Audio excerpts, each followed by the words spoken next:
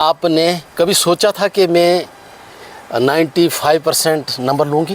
Target तो मेरा 90 plus का ही था, पर 95 आ गए, उम्मीद से ज़्यादा है। आप कौन सी ऐसी जड़ी बूटी खाते हैं कि इतने नंबर लेते हैं आप? अब वो नहीं को जाके पूछना पड़ेगा। जो आपके पेरेंट्स हैं, माँ बाप हैं, ज़्यादा कौन आप पर नज़र रखते थे कि कितना पढ़ती है? मम्मा। मम्मा। ये जो पुस्तक मैं मलिक साहब को दे रहा हूँ, इसका नाम है बनी संस्कृति एवं धरोहर। अच्छा, शीतल जो है उसके साथ और बच्चियां, उनको भी मेरी तरफ से बहुत बहुत मुबारक हो। आज मेरी स्पेशल बातचीत होने वाली है साइमा फिरदौस से। 95% नंबर हासिल करने के बाद माँ बाप और पूरी बन्नी में खुशी की लहर। बन्नी के मारूफ मशहूर शख्सियत जनाब पवन जी, उनका मैं शुक्रगुजार हूँ। उन्होंने मुझे 2 बुक्स गिफ्ट की और इस काबिल समझा, उनका भी बहुत बहुत शुक्रिया। मेरे सामने साइमा फिरदौस हैं, इनकी वालदा मोहतरमा है। साइमा जी ने हमारी तहसील बनी में सब लोगों को खुश किया।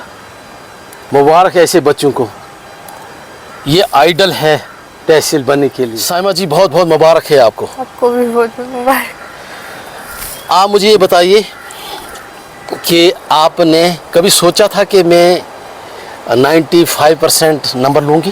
टारगेट तो मेरा 90 प्लस का ही था, पर 95 आ गए, उम्मीद से ज़्यादा अच्छी है।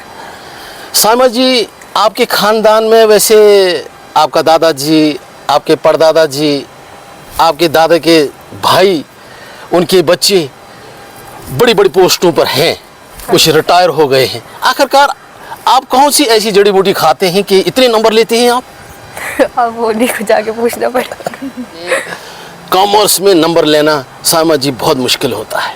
कहना आसान बात होती है, मगर वही बच्चे, उनको भी पता लगता है जो अपने आँखों का जो तेल निकालते हैं ना, उसको जलाते हैं। बाकी हम लोग क्या जानते हैं, हम तो सिर्फ आते हैं, मुबारकबाद देते हैं, चले जाते हैं। जो आप इस वक्त आइडल बन गए हैं, बहुत से ऐसे घर हैं जो अपने बच्चों को नहीं पढ़ाते, उनके लिए एक संदेश क्या देना चाहते हैं आप?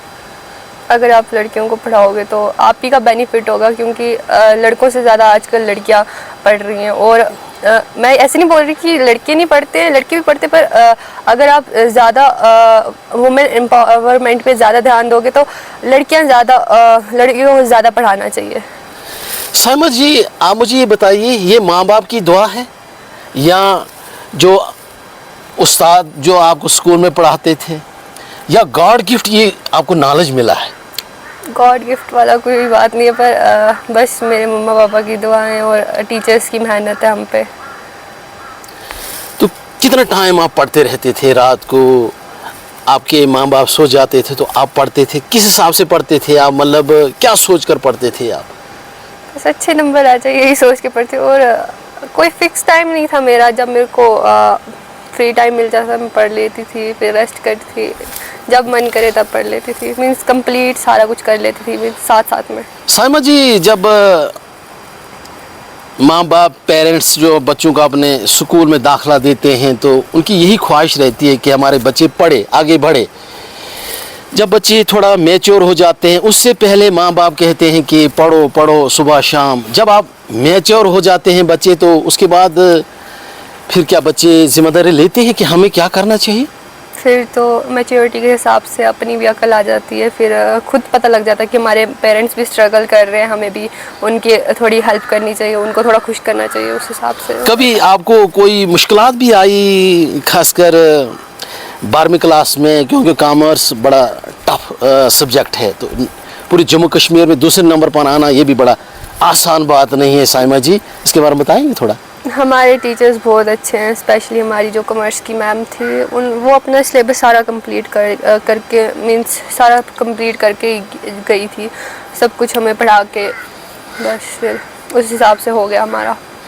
अच्छा, सबसे ज़्यादा आपको जो आपके पेरेंट्स हैं, माँ बाप हैं, ज़्यादा कौन आप पर नज़र रखते थे कि कितना पढ़ती है? मम्मा। मम्मा या डैडी? मम्मा। मम्मा ज़्यादा रखती थी? पापा ने कभी नहीं बोला है इसके तू पढ़ या थोड़ा पढ़ो मगर पढ़ो।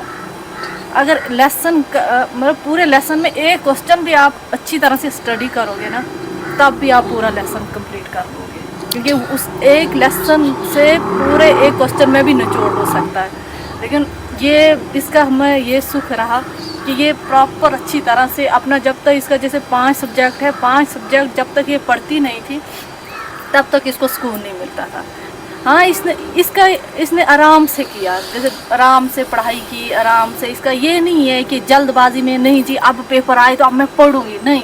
इसका स्टार्टिंग से फोकस रहता है, थोड़ा थोड़ा करके रहेगा लेकिन पढ़ेगी। जैसे मतलब कि इसने अगर 3 लेसन किसी सब्जेक्ट के कर लिए अच्छी तरह से, तो वो फिर उसको रहने देगी। जो मुझे टफ लग रहा है उसको पूरे हफ्ते उस पर 2-3 लेसनों पे पूरी मेहनत करती रहती थी। उसके बाद थोड़ा रेस्ट लेके फिर और अपने उसमें ही रहती है, काम में लगे काम में रहती लगे। इतना ये भी नहीं है कि पढ़ती रही, ये इतना मुझे इसका इतना सपोर्ट है कि आज तक मुझे खाने बनाने का पता ही नहीं है। खाना यही बनाती थी, पेपर हो चाहे इसके ऐसे भी हो, एक्सटर्नल हो, इंटरनल हो, कोई भी ऐसे क्लास वर्क में हो या कुछ भी क्लासेस में कोई हो, ऐसे वो होते हैं सरप्राइज़ वाले जो होते हैं क्लास में टेस्ट, उनके साथ भी इसने जो है ना घर का पूरा, सुबह इसने जाना है स्कूल, झाड़ू लगा के जाना है, बिस्तरे उठा के जाना है, सारा काम कर। हालांकि सुबह का ये ब्रेकफास्ट नहीं करती थी, सुबह का ना ये रात का करती है, सिर्फ दिन को खाना खाती है बस। साइमा जी, आज कितनी खुशी महसूस होती है, आपने बन्नी का नाम रोशन किया, आपके उस्ताद हैं उनका नाम रोशन किया है, मतलब इस वक्त क्या महसूस कर रहे हैं, मतलब कितनी खुशी है? खुशी का भी कोई दिन होता है? खुशी है, नॉर्मल ठीक ही है, जितनी होनी चाहिए उतनी है। थोड़ा आज ज़्यादा है कल से?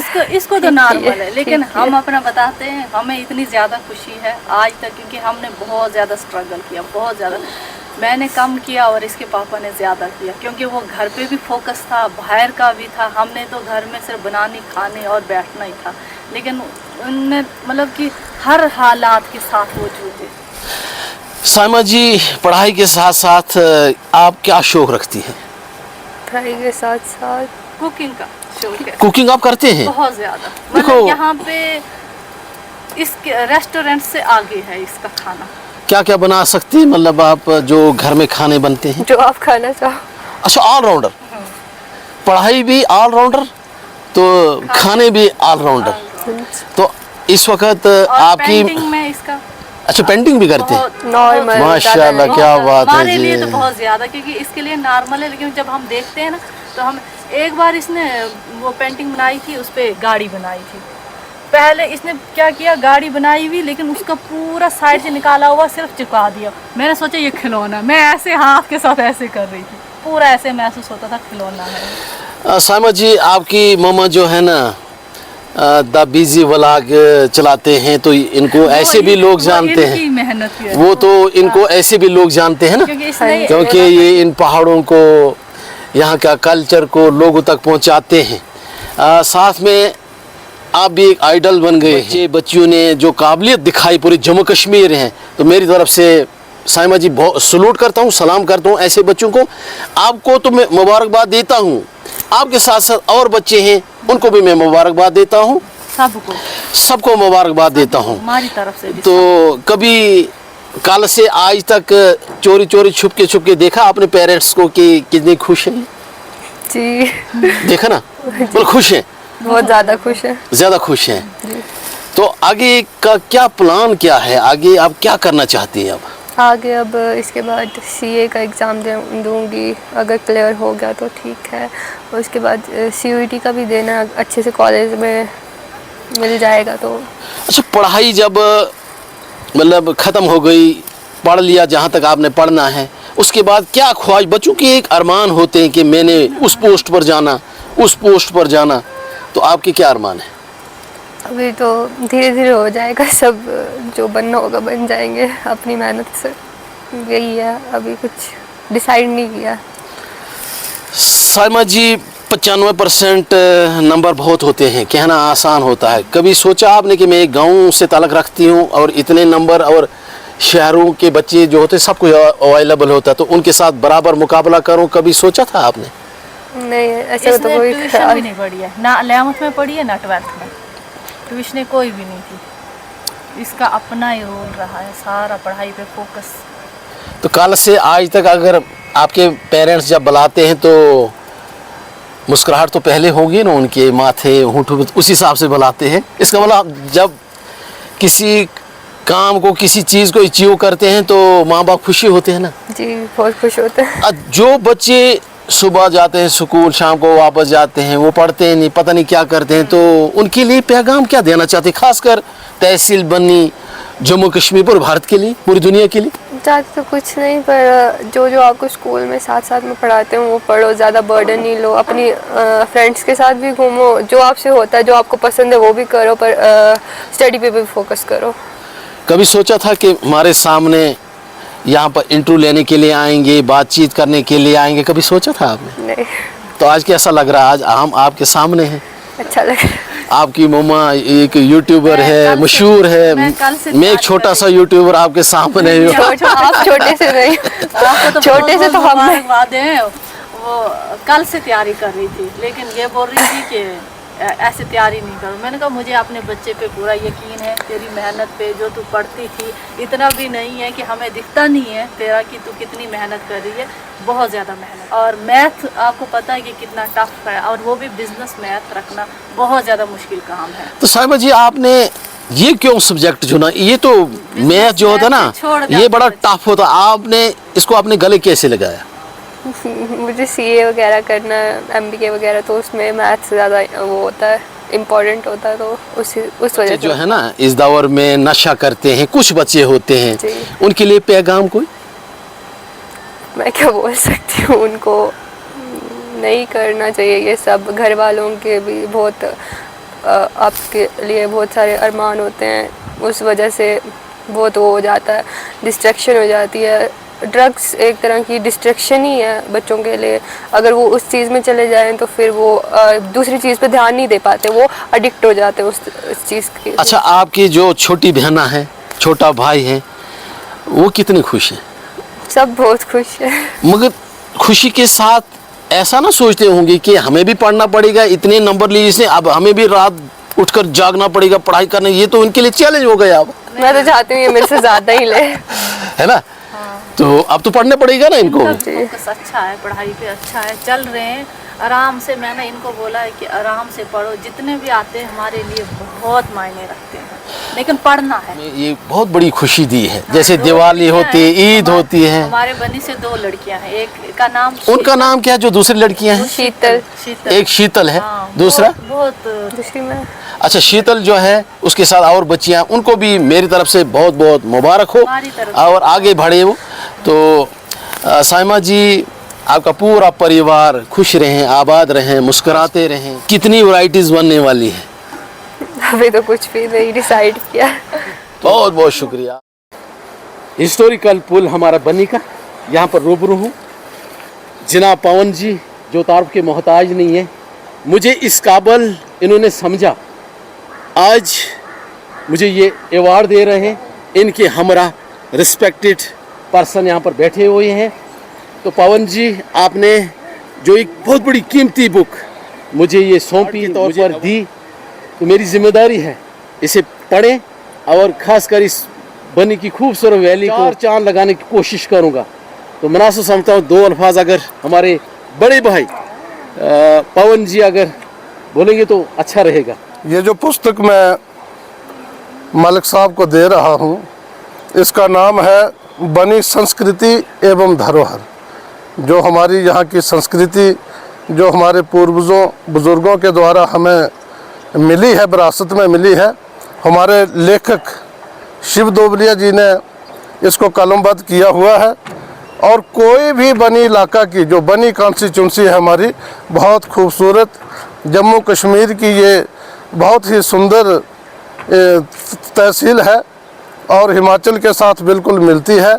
इसमें साझा संस्कृति जो है हिमाचल की और बनी की आप लोगों को देखने को मिलेगी। इसमें कोई भी ऐसा पहलू नहीं है जो शिव दोबलिया जी ने जिसको नहीं छुआ है। बहुत खूबसूरत पुस्तक लिखी है और लोगों ने काफ़ी इसको सराहा है। बहुत अच्छे ढंग से उन्होंने इसकी जो रचना की है, मैं उनको भी अपनी तरफ से बधाई देता हूं इस शुभ अवसर पर कि इसका जो है वो एक पुस्तक जो है वो हमारे डिप्टी चीफ मिनिस्टर और हमारे जो चीफ मिनिस्टर साहब के पास भी इसकी कृतियाँ कुछ जो है वो पड़ी हुई हैं। तो मुझे सौभाग्य प्राप्त हो रहा है कि हमारे मालिक साहब हिमालयन ब्लॉगर्स के जो ओनर हैं, जो इस चैनल के मालिक हैं, हिमालयन ब्लॉगर्स, बहुत बड़ा इनका नाम है उस चैनल के माध्यम से, और बनी के लिए इन्होंने बहुत बड़ा काम किया है। बनी का कोई ऐसा पहलू नहीं है जो इन्होंने अपने चैनल में नहीं छुआ है। मैं लोगों से ये अपील करता हूँ कि सभी जो मेरी आवाज़ को सुन रहे हैं वो द हिमालयन ब्लॉगर्स को फॉलोअर्स करें, सब्सक्राइब करें, और जो हमारी बनी की खूबसूरती एक एक चीज़ को इन्होंने झलकाया है, आप उसका आनंद लें। और मलिक साहब को मैं दिल की गहराइयों से शुभकामनाएं भी देता हूं, क्योंकि अभी लोहड़ी का पर्व हुआ है, मकर संक्रांति चल रही है, उसकी भी ढेरों शुभकामनाएं। जो आपके दर्शक हैं, जो आपके चैनल को देखने वाले, चाहने वाले लोग हैं, उनको भी आपके चैनल के माध्यम से मेरी बहुत बहुत हार्दिक शुभकामनाएं। बहुत बहुत शुक्रिया पवन जी। आपके वर्ड जो होते हैं ना बहुत ही कीमती होते हैं। आपने हिमाचल और जम्मू कश्मीर की बात की है। सच में हमारे भी यहाँ पहाड़ है, हिमाचल में भी पहाड़ हैं, लिबास, खान पान, खूबसूरती, यहाँ के जंगल, यहाँ की जो झरने, नदियाँ, ये मिलती जुलती हैं। तो हमारे भाईजान हिमाचल से भी आए हैं। हमारे पवन साहब तो मशहूर मान सिंह जी है हिमाचल तो से, हमारे और दिल में इनके लिए इज्जत है। तो जो इन्होंने मुझे किताब भेंट की है अवार्ड के तौर पर, सदा याद रखूँगा, और सदा आपकी जो आपने इज्जत मुझे बख्शी है नाची इसको भी सदा याद रखूँगा। पवन जी, आप खुश रहें, आबाद रहें, मुस्कुराते रहें। Thank you. करते हैं एंड लाइक्स कमेंट्स वीडियो को शेयर करें। मिलते हैं अगले व्लॉग में नई टॉपिक के साथ, तब तक के लिए शुक्रिया। खुदा।